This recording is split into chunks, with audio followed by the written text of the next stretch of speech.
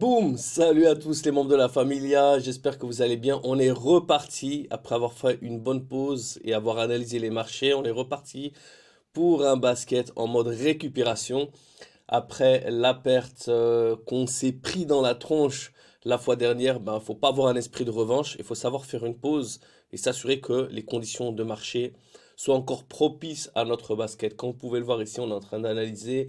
Il y a de l'opportunité sur l'euro qui est en train de garder sa faiblesse. On a de l'opportunité sur le sterling qui est plat dans la force. On a le New Zealand, lui par contre, il faut faire attention parce que voilà, il a changé par rapport au basket dernier et maintenant il est rentré dans une phase de faiblesse où s'approche justement de la zone grise. Dans l'indicateur power, il y est déjà rentré vu qu'il est à moins 4,5. Là, regardez, on a une contre-tendance long terme. Contre-tendance long terme. Ici, on a un peu de contre-tendance long terme. On le voit très bien sur le NZD-CHF, même chose. Donc, pour le CHF, on est en contre-tendance, on va le laisser passer. On a déjà fait cette erreur de nombreuses fois.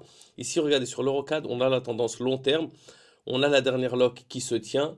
Ici sur l'euro CHF, on l'a déjà vu avec le CHF, il est en contre-tendance. Sur l'euro GBP, on est bon. L'euro yen, de toute façon, il n'y a rien. Et sur l'euro dollar, on est un peu en grand V, mais on est sur des plus bas. C'est pas comme si on était toujours en contre-tendance et que les plus bas en tendance baissière n'avaient pas été touchés. Donc l'euro, il est sur du -4. Il est en train de rentrer dans la zone grise sur l'indicateur. Matrix sur l'indicateur Power, il est entre -4 et -3,5. On identifie l'opportunité. Attention, je vous invite à regarder la vidéo de la perte. L'objectif, c'est d'apprendre de ses erreurs comme de ses succès. Donc, je ne partage pas uniquement des baskets à profit. Et vous voyez que les marchés ont vraiment eu le temps de tourner. On n'a pas fait ça directement le lendemain. Regardez maintenant, on regarde un petit peu ce qui se passe sur le sterling. Malheureusement, il est à 2,5, il a des contre-tendances, il n'est pas vraiment bien. Vous avez l'habitude maintenant, à travers les analyses, regardez le sterling New Zealand, contre-tendance, on l'a déjà vu. Le New Zealand CADS, il s'approche des plus bas. Regardez, il est encore en contre-tendance. Voilà, le New Zealand Suisse, on l'a déjà vu avec le Suisse. Il y a vraiment de la contre-tendance en cette fin de mois. Donc voilà, et on va regarder, on va finir par le dollar pour voir un petit peu ce qui se passe. Donc on a déjà pris l'euro, l'australienne, voilà. L'euro dollar, lui, il est sur des plus bas. New Zealand dollar, il est un peu en contre-tendance. Et sur le reste, il n'y a rien parce qu'ils sont tous soit à zéro, soit en force. Donc on s'est pris un basket de l'euro, tout simplement. Et puis par la suite, il faut voir, on a le New Zealand qui est vraiment en train de sortir du lot. Avec l'euro qui est à -3,5, le New Zealand qui est en train de rentrer à -4, -4,5. Donc je suis vraiment en train de le considérer et là je vous partage vraiment ma pensée. Comme vous voyez, voilà, on a le sterling New Zealand qui est en contre-tendance, mais il est en train de s'envoler, regardez, de passer le breakout et le range. Donc à court terme, ça vaut le coup de l'essayer. On a une très très forte corrélation du breakout des ranges. Voilà, on a les locks ici qui sont respectés. Donc le New Zealand, en fait, qu'est-ce que j'identifie? J'identifie qu'à court terme, il nous donne une opportunité. À long terme, pas vraiment parce qu'il n'a pas encore cassé. Mais ça, c'est quelque chose que je vous ai expliqué également de nombreuses fois. C'est l'une des étoiles, c'est une étoile très importante, mais c'est ce qu'on appelle l'aversion au risque. Je décide de prendre un risque additionnel parce que la tendance long terme, elle ne matche pas la tendance court terme, mais c'est mon choix parce que sinon, je ne vais jamais réussir à rattraper si j'attends trop longtemps que les configurations soient parfaites. Donc parfois, il faut savoir accepter du 4 étoiles. Je prends le risque comme je l'ai pris auparavant et que parfois ça conduit à une perte, parfois ça conduit à un profit. Et en fait, il y a deux messages que j'ai envie de vous transmettre aujourd'hui dans cette vidéo. Le premier, c'est l'aversion au risque, ou à l'opposé, en anglais on appelle ça risk aversion ou risk appetite. L'appétit au risque ou l'aversion au risque. C'est que plus tu attends les positions parfaites, plus tu es risque averse, moins tu vas ouvrir de basket, moins tu vas avoir de risque de perdre. Mais si jamais, parce qu'on n'a pas de stratégie à 100%, si jamais malheureusement tu atteins une perte, ça va être plus difficile de la rattraper du fait que tes baskets sont très rares. Par exemple, si tu en ouvres un par mois. Moi, je les ai déjà beaucoup réduits. Mais si il m'arrive de toucher une perte, je vais augmenter un petit peu mon risque appetite, mon appétit au risque. Pourquoi? Parce que je vise le compounding, je vise à rajouter des zéros sur le compte. Donc, je vous ai tout montré, je vous ai montré, je vous ai expliqué également dans les vidéos du money management. Je vous invite vraiment à ouvrir des petites positions Commencez au minimum 0,01. Essayez de trouver les meilleurs baskets. Je vous invite à chercher les 5 étoiles. Et puis par la suite, c'est votre choix. Vous allez le voir, si on veut essayer d'atteindre des performances, par exemple de 20%, de 30% annuels, alors là, on peut être très conservateur sur les volumes, on peut être très strict sur le money management. Par exemple, tous ceux qui passent des prop firms, j'ai quelques vidéos également sur le prop trading, tous ceux qui passent leur challenge, vous avez des conditions. Donc, par exemple, si vous ne pouvez pas perdre plus de 5% par jour, vous n'allez pas faire du compounding. L'objectif est totalement différent sur le prop trading. Vous devez respecter les règles. Donc, je le dis, je le partage également dans tous les messages qu'on transmet sur les communautés sur Discord, notamment. Je vous invite à rentrer sur Discord où je transmets beaucoup de connaissances, de signaux, d'informations, d'accord, et d'indications sur les marchés. Je réponds également à des questions en temps direct. Là, en même temps, voilà, vous voyez l'analyse. On a commencé le 24 et on est le 26, d'accord? Autant le basket précédent, on l'avait ouvert le 18, on l'a fermé au 20, donc 2 jours. Autant celui-là, il est ouvert le 24 et nous sommes le 26. Donc également plus de 2 jours de trading. Et c'est pour ça qu'il faut savoir être patient. Il y a de nombreux d'entre vous qui ouvrent et qui essayent de prendre ce breakout dans la journée, de faire du pur day trading. Le day trading, ce n'est pas ça.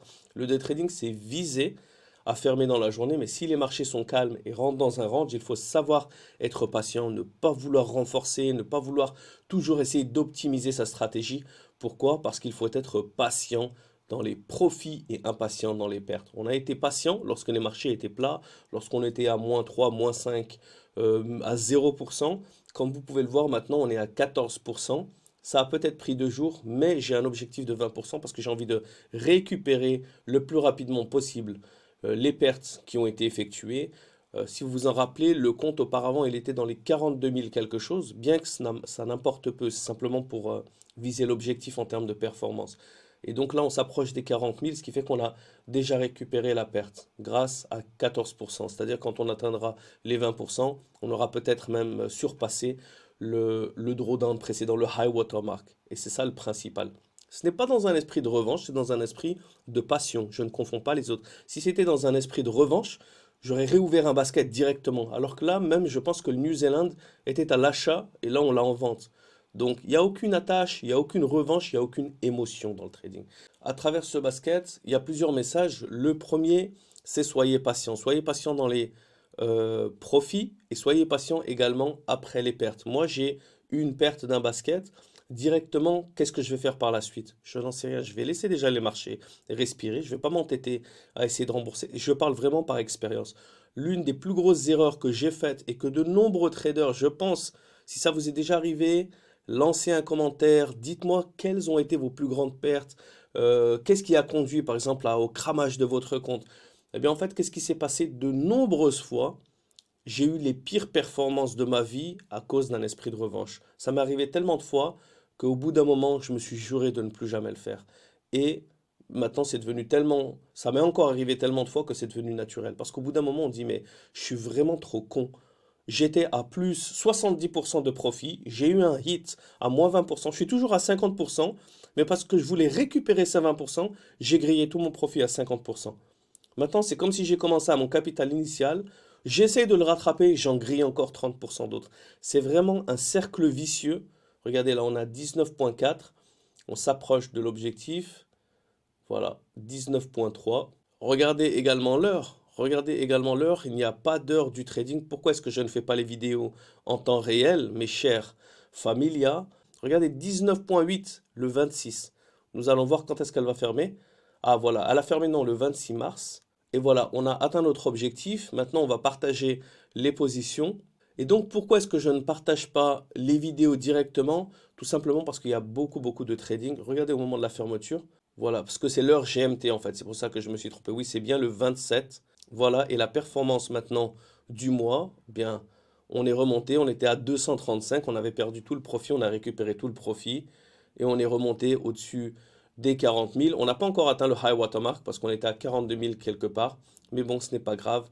Voilà, on rafraîchit un petit peu pour voir ce que l'euro a fait, ce que le New Zealand a fait, ce que L'indicateur Power nous montre ainsi que l'indicateur Matrix. Mais voilà, ça a été une bonne performance et on a réussi à récupérer cette perte directement après. Ça ne veut pas dire directement en termes de temps, ça veut dire en termes de basket. Le basket suivant, on a récupéré plus ou moins la perte. Il se trouve que c'était 4 jours après et que ça a duré 2 jours de trading supplémentaire, mais il faut être patient.